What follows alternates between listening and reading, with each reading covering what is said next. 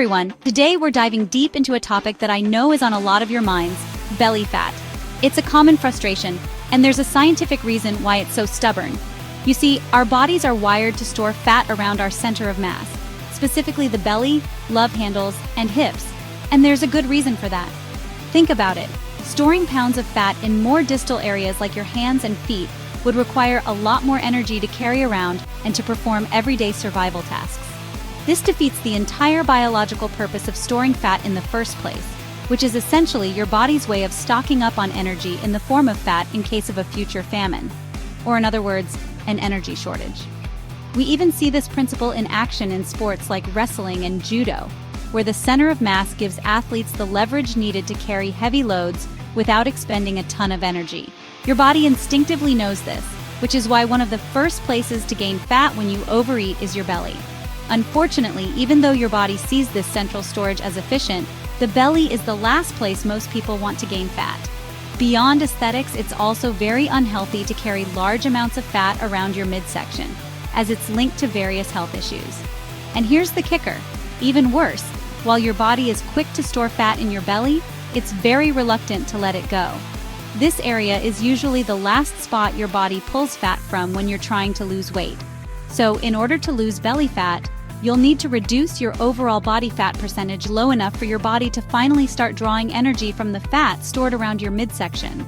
This is mostly achieved through consistent, smart dietary choices, rather than just endless crunches.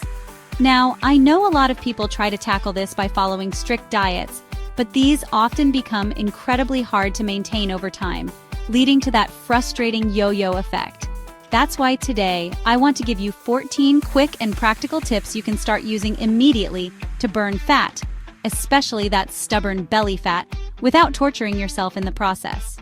We're looking for sustainable changes that lead to real, lasting results. So, grab a water, get comfortable, and let's get into it.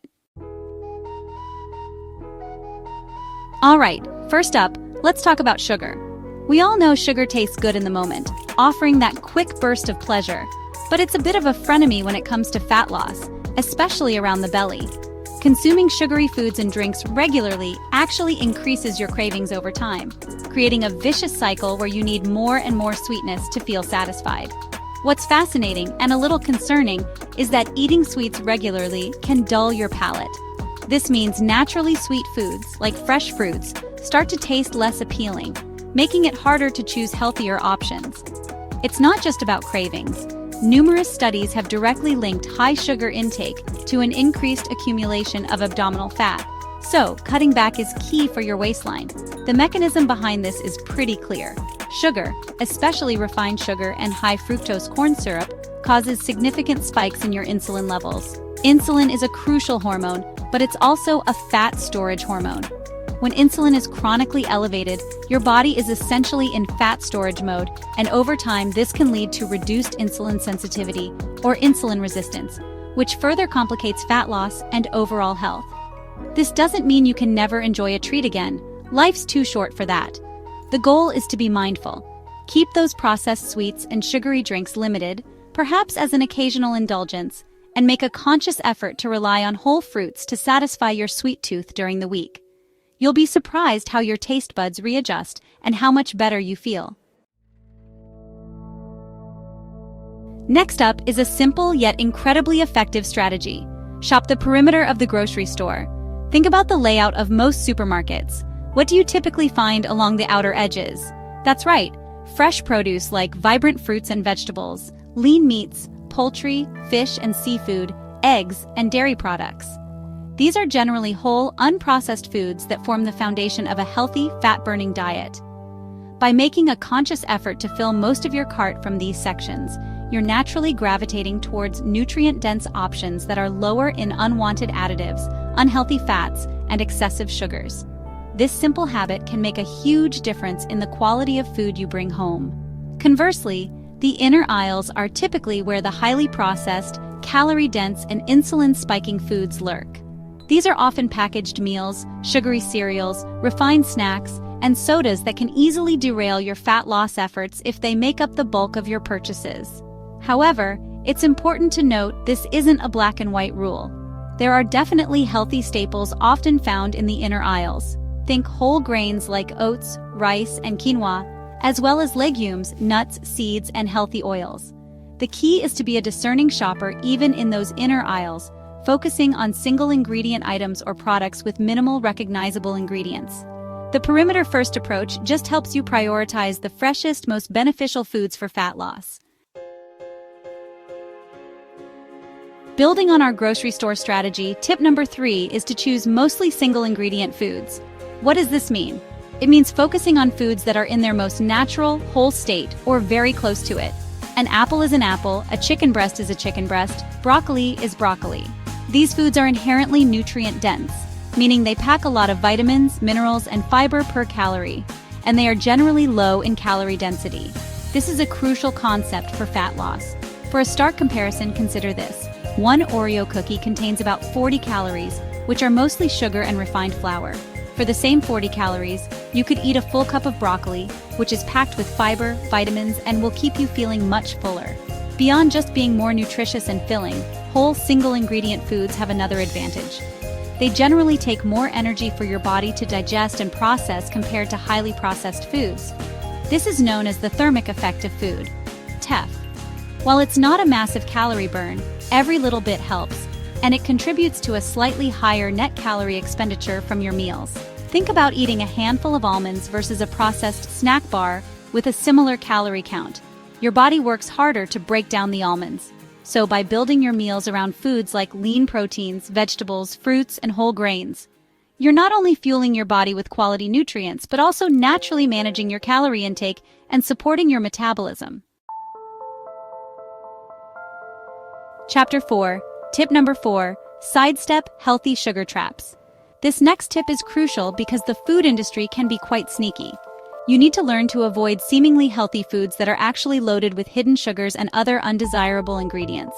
It's not uncommon, even when sticking to the perimeter of the grocery store or looking in the health food aisles, to find products marketed as beneficial, but are actually sabotaging your efforts.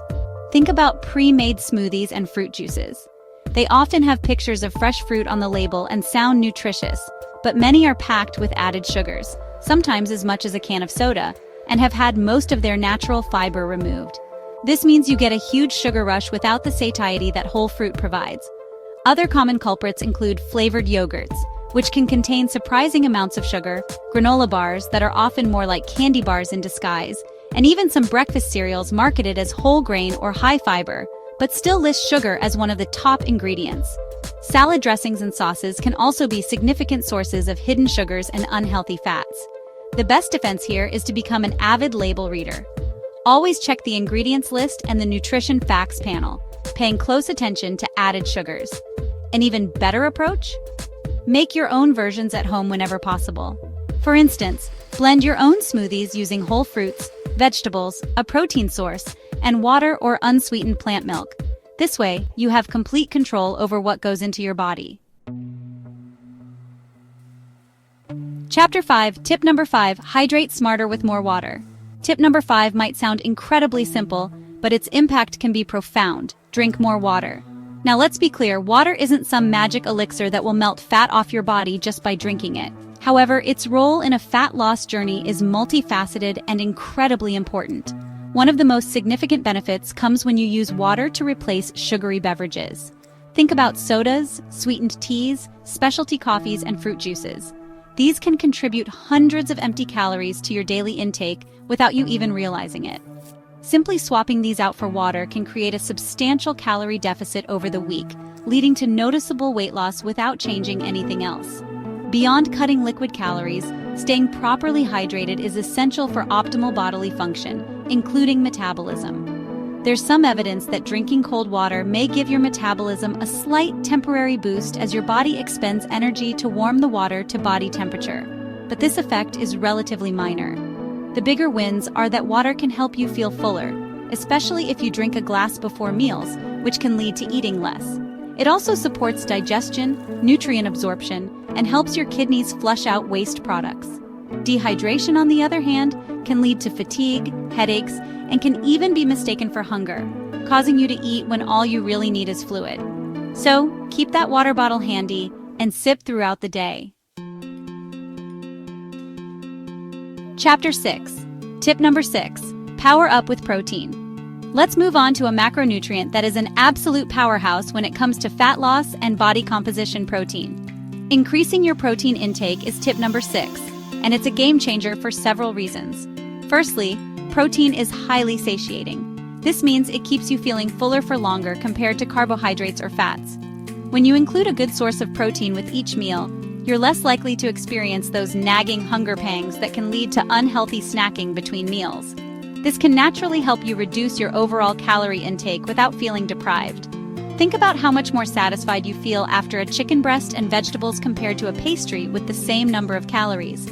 Secondly, protein has the highest thermic effect of food, TEF, among the macronutrients. This means your body actually burns more calories digesting and metabolizing protein than it does for fats or carbs. Up to 20 to 30% of the calories from protein are used in this process. This can contribute to a slightly higher overall metabolic rate. Thirdly, and critically important during a fat loss phase, adequate protein intake helps preserve your precious muscle mass. When you're in a calorie deficit to lose fat, your body might also break down muscle tissue for energy. Eating enough protein signals your body to preferentially burn fat while sparing muscle. A common guideline is to aim for about 0.8 grams of protein per pound of your body weight per day, or around 1.6 to 2.2 grams per kilogram. While going a bit higher generally won't hurt, significantly exceeding this might make your diet harder to stick to and isn't necessarily more beneficial for most people. Chapter 7 is all about making your healthy food delicious. Now this tip is really about sustainability and enjoyment, because let's face it, if your healthy diet tastes like cardboard, you're not going to stick with it for very long. So tip number 7 is to make your healthy food taste great. There's this common misconception that fat loss diets have to be bland and restrictive, involving plain steamed chicken and unseasoned broccoli. This couldn't be further from the truth, and frankly, that approach often backfires. When you restrict flavor and enjoyment too much, you're setting yourself up for cravings and potential binges on less healthy, hyper-palatable foods later on. The goal is to create meals that are both nutritious and genuinely satisfying. Don't be afraid to use healthy fats like olive oil or avocado oil for cooking and dressings. They add flavor and help with the absorption of fat-soluble vitamins. Embrace the world of spices and herbs. Garlic, onion powder, paprika, cumin, oregano, basil, chili flakes. The possibilities are endless, and they add incredible flavor without adding significant calories. Lemon juice, vinegar, and mustards can also brighten up dishes. Experiment with different cooking methods like roasting, grilling, or air frying to bring out different textures and tastes in your vegetables and proteins. A tasty, satisfying diet is infinitely easier to adhere to in the long term, and long-term adherence is the secret sauce to achieving and maintaining fat loss, especially that stubborn belly fat. Chapter 8 is about strategizing your cheat meals. Let's talk about cheat meals, or as I prefer to call them, treat meals or planned indulgences. Tip number 8 is to eat your cheat meals strategically. Specifically, you're already partially full. This might sound counterintuitive. Isn't the point of a cheat meal to go all out? Well, yes and no. While it's a chance to enjoy foods you typically limit, the goal is to do so in a way that doesn't completely derail your progress or lead to overwhelming guilt. By eating a small, high-protein, high-fiber snack or mini-meal you indulge, you can significantly take the edge off your hunger.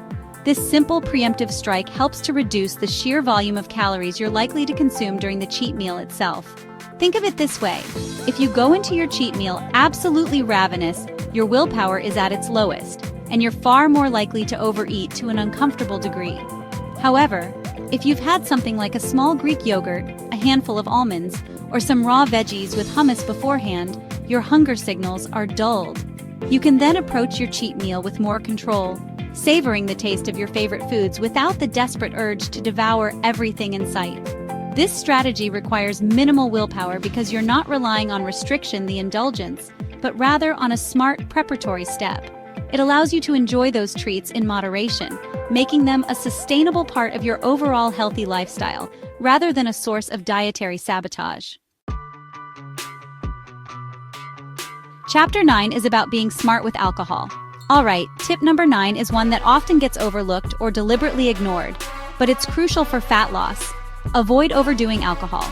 I know, for many, social events and relaxation can involve a drink or two, and that's understandable. However, it's important to be aware of how alcohol impacts your body's ability to burn fat. When you consume alcohol, your liver prioritizes processing and metabolizing the alcohol over other metabolic functions, including burning fat. Essentially, fat burning is put on hold until the alcohol is cleared from your system. So frequent or excessive alcohol consumption can significantly slow down your fat loss progress, even if your diet is otherwise on point. Furthermore, alcohol itself contains calories, about 7 calories per gram, which is more than carbohydrates or protein. And it's not just the alcohol. Many popular drinks are loaded with additional sugars and calories. Beer and wine, for example, can be quite high in carbohydrates and sugars. Cocktails often feature sugary mixers like juices, syrups, and sodas, turning them into calorie bombs.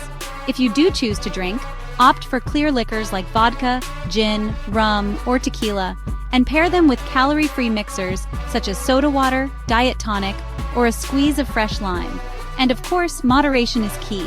Limiting your intake and being mindful of your choices can make a big difference in keeping your fat loss journey on track. Chapter 10. Tip number 10. Fill up on soluble fiber. Our 10th tip focuses on a type of nutrient that's a real hero for satiety and digestive health. Eat more soluble fiber. Soluble fiber is a type of dietary fiber that dissolves in water to form a gel-like substance in your digestive tract. This gel has some fantastic benefits for fat loss. Firstly, it significantly slows down digestion. This means that food stays in your stomach longer, leading to a prolonged feeling of fullness and satisfaction after meals. This can naturally help you control your appetite and reduce overall calorie intake, as you're less likely to feel hungry shortly after eating. It also helps to stabilize blood sugar levels by slowing the absorption of sugar, preventing those sharp spikes and crashes that can trigger cravings. Great food sources of soluble fiber include oats. That's why oatmeal is such a classic filling breakfast, as well as barley, psyllium husk, apples, citrus fruits, carrots, peas, beans, lentils, avocados, and Brussels sprouts. Don't fall into the trap of fearing healthy, fiber-rich carbohydrates like these. They are your friends on a fat loss journey. They provide sustained energy, essential nutrients, and that crucial fiber that aids in satiety and supports long-term dietary success. Aim to incorporate a variety of these foods into your daily meals to reap the benefits. Tip number 11. Embrace weight training. Moving beyond just diet, tip number 11 is to incorporate weight training, also known as resistance training, into your routine. While cardio is great for burning calories in the moment, weight training offers a unique set of benefits that are incredibly powerful for long-term fat loss and body composition. When you lift weights, you're not just burning calories during the workout itself. You're stimulating your muscles to grow stronger and, over time, bigger. This increase in muscle mass is metabolically active tissue, meaning it burns more calories at rest compared to fat tissue. So, the more muscle you have, the higher your basal metabolic rate, BMR, becomes, making it easier to lose fat and maintain that loss. Beyond boosting your metabolism, resistance training also significantly improves insulin sensitivity. This means your body becomes more efficient at using carbohydrates for energy and replenishing muscle glycogen stores rather than storing them as fat. This is a huge advantage, as it essentially allows you to handle carbohydrates better. Plus, the process of repairing and building muscle after a workout also requires energy, contributing to further calorie expenditure. Whether you use free weights, machines, resistance bands, or your own body weight, consistently challenging your muscles is key. Aim for 2 to 4 sessions per week, focusing on compound exercises that work multiple muscle groups. Tip number 12 is one that often gets sacrificed in our busy lives, but it's absolutely fundamental for fat loss, hormone balance, and overall well-being. Get enough quality sleep. You can have the perfect diet and training plan, but if your sleep is consistently poor, you'll be fighting an uphill battle. Lack of sleep throws your hormones completely out of whack in ways that directly hinder fat loss. For instance, sleep deprivation leads to increased levels of cortisol, a stress hormone that, when chronically elevated, can promote fat storage, particularly around the midsection. It also messes with your hunger hormones, increasing ghrelin, the hormone that makes you feel hungry, and decreasing leptin, the hormone that signals fullness. This hormonal double whammy can lead to intense cravings, especially for sugary and fatty foods, and make you overeat. Furthermore, insufficient sleep can reduce testosterone levels, a hormone important for both men and women for building and maintaining muscle mass.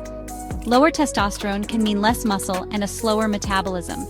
Recovery from workouts is also impaired without adequate sleep, making it harder to train effectively and consistently. While individual needs vary slightly, aiming for a solid 6 to 7 hours of quality sleep per night, as the brief suggests, is a good target for most adults to support fat loss, muscle recovery, and optimal hormonal function. Some people may even find they function best with 7 to 9 hours. The key is to find what allows you to wake up feeling rested and to make sleep a non-negotiable priority. Now, let's talk about a powerful tool you can add to your arsenal, especially if you feel like your fat loss has hit a plateau. Tip number 13 is to incorporate high-intensity interval training, or HIIT. HIIT involves short bursts of very intense, all-out effort followed by brief recovery periods. This type of training is incredibly time-efficient and can be a fantastic way to burn a significant number of calories in a short amount of time. One of the major benefits of HIIT is the afterburn effect, scientifically known as excess post-exercise oxygen consumption, or EPOC. This means your body continues to burn calories at an elevated rate for hours after your workout is over, as it works to recover and return to its resting state. However, it's important to use HIIT strategically. Because it's so intense, doing too much HIIT can lead to overtraining, increased risk of injury, and can even be detrimental to muscle preservation if you're not recovering properly. It's not something you typically need to do every day. If you've been consistent with your diet and strength training but the scale isn't budging, adding just 1, maybe 2, 15 to 20-minute HIIT sessions per week can be enough to break through that plateau and kickstart fat loss again. Focus on full-body exercises that get your heart rate soaring, like burpees, squat jumps, mountain climbers, battle ropes, or sprints. Remember, HIIT is a supplement to, not a replacement for, your foundational strength training and healthy eating habits.